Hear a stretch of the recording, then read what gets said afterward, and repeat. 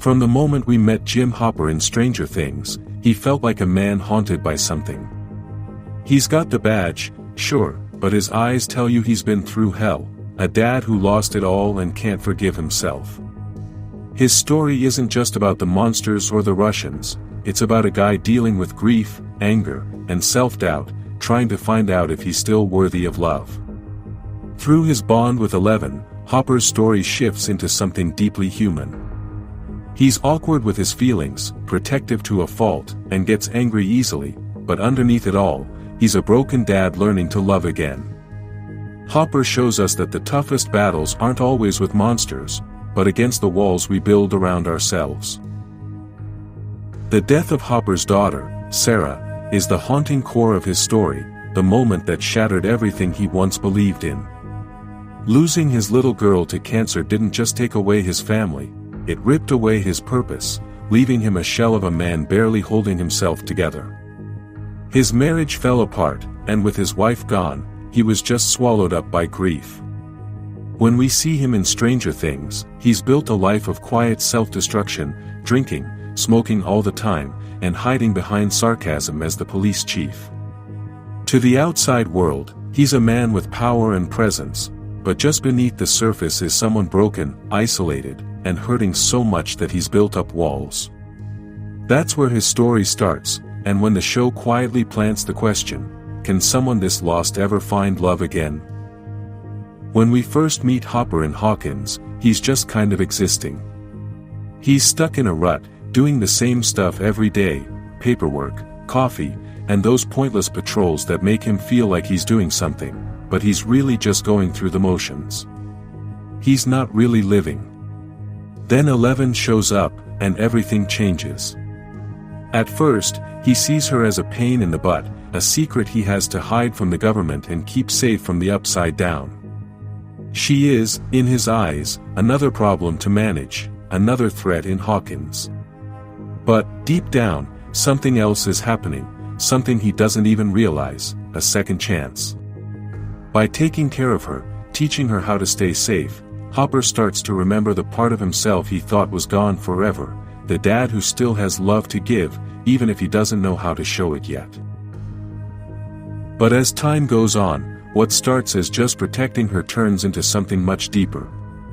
Hopper, almost without realizing it, starts to be a dad again, a role he'd hidden under all his sadness and pain. He makes rules for 11, not just to keep her safe, but to give her some order and stability.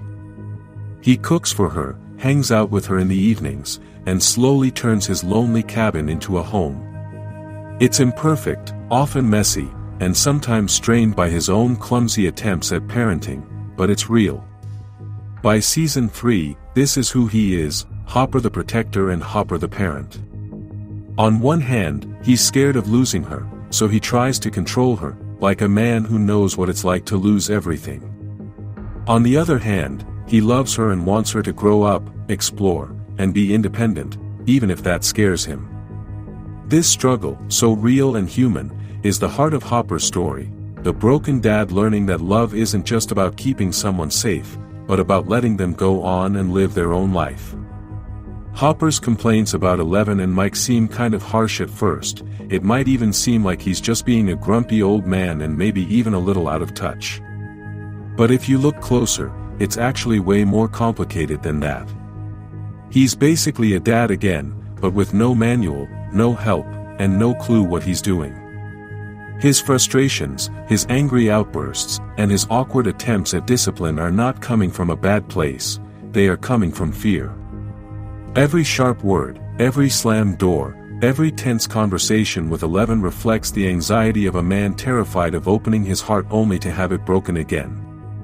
He already lost his daughter, and the thought of losing 11, whether it's to something dangerous, the government, or just growing up, freaks him out. In those moments, he's not just the tough sheriff, he's a broken dad desperately trying to protect his new family, even if he doesn't always know the right way to show it. When Hopper's letter to 11 is finally read after everyone thought he was dead, it's one of the most emotional parts of Stranger Things. It shows a different side of him, the real guy he's become. In the letter, He says he's scared of her growing up and leaving him, but he also admits that loving someone means letting them go. That's the big turning point for him, realizing he can't protect her from everything, but he can help her be strong. But Hopper's important for more than just being 11's dad. From the beginning, the whole town of Hawkins has kind of revolved around him. Though broken and reluctant at the start, he becomes the one willing to chase down the impossible, to believe Joyce Byers when no one else would, and to step into the shadows of Hawkins' lab and the Upside Down in order to save Will Byers. That mission is what wakes him up, making him not just a cop, but a protector of everyone around him. Hopper's letter is not just a goodbye to 11, but also a look back at how he has changed throughout the years, the journey of a man who began with nothing left to give, only to discover that his heart was stronger than he ever imagined. By the time Season 2 unfolds, Hopper and 11's relationship has quietly become the emotional center of Stranger Things. Him hiding her in the cabin isn't just about keeping secrets, it's him trying to control things, to hold on to the only family he's got while keeping her safe from the dangers he knows lurk beyond those four wooden walls. The cabin's both a safe place and a prison, where Hopper's gotta protect her, and 11 just wants to be free. His strict rules, his short temper, and his inability to communicate in softer ways often fracture their bond, creating an unstable family dynamic that threatens to pull them apart.